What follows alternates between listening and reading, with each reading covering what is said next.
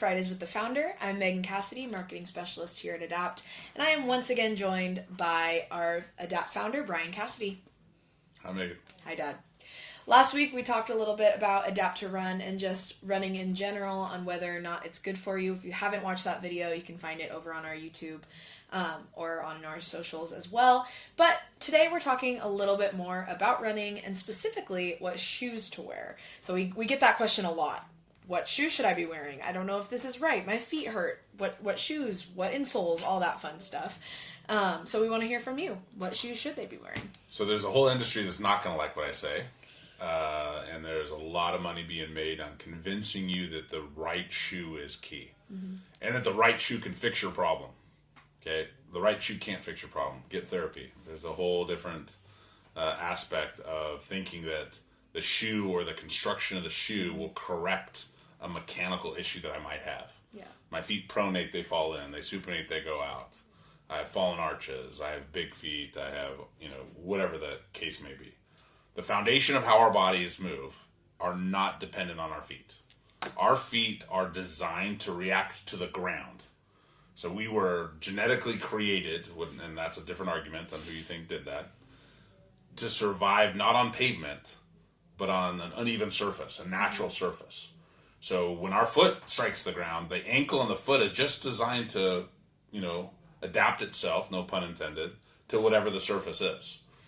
The rest of our structure in our hips and our back do not adjust to our feet. Mm-hmm. So we think we want all this construction or technology in our shoes to correct the problem, and that's just not the case. We want a shoe that's comfortable and allows our bodies to move correctly. Mm-hmm. And when I tell people, it's like, spend money on training, not your shoes. Now, our director of training would kill me by saying that, because how you look is important. And if you want to match the color of your shoes with the color of your glasses, it's a thing, and you can be motivated by that. But understand that searching for a shoe to correct a problem is not the answer. And there's actually more shoes that can cause problems than help you. Got it. So I coach. I spend a lot of time standing along all day, big tournaments, 3 days in a row, big tournaments. I like having kind of a cushier shoe, something a little bit more plush that makes standing feel better.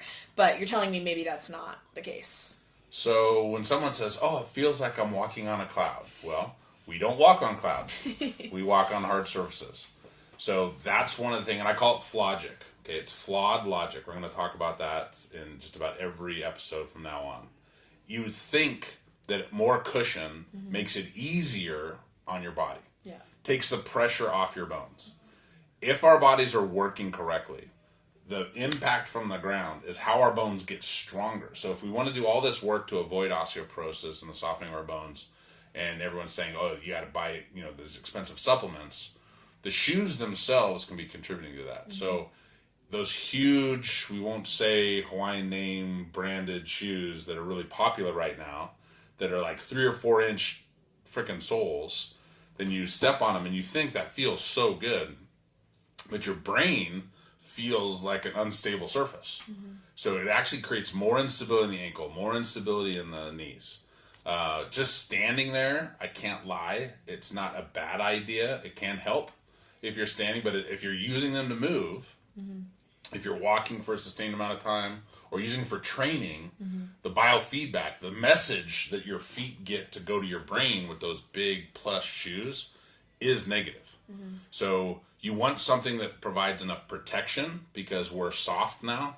Our bodies, we live in a cush environment. I mean, my truck's my favorite place in the world because the way the seat adjusts but we've gotten soft from that.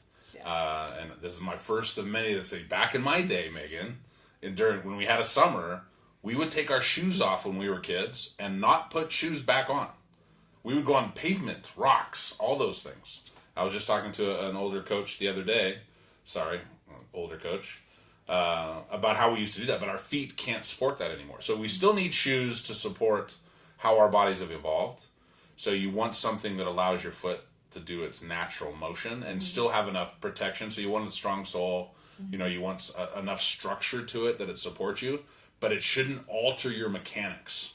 Unless you have an actual birth defect or a bone issue, that's been created over time or you're born with. You want a neutral shoe. Okay. When I ran my marathon and I went to downtown Nike, and I think it was one of the earlier Pegasus, that's how old I am. And the guy was like, dude, the guy your size, you need this and max that. And I was like, no, I want a minimalist shoe that still supports me, but the structure and strength comes from my hips down, not from my feet up. And we'll be talking about orthotics and different aspects, but what's being sold out there, like I've almost pulled my car over and gotten in accidents because of what I heard on the radio, or thrown my remote control to the TV because of the crap that's being forced down people's throats. And people think, well, that makes sense. I need to buy those shoes. I need to have that cushioning, and I need to have that. And now all the other brands are starting to do that because people like the look of it. It's a fad. But it's horrible for running. You want something where the foot can feel the ground, but still support the foot, but allow the mechanics to happen naturally, and spend the money on training, not the money on expensive shoes. Sorry. All right, well, thank you. And we will see you guys next week. You can sign up for Adapt to Hike in our bio or in the link in our description. And hope you have a great day. Bye-bye. And what she really means is adapt to run, because we've already done Adapt to Hike. So that is exactly what I mean.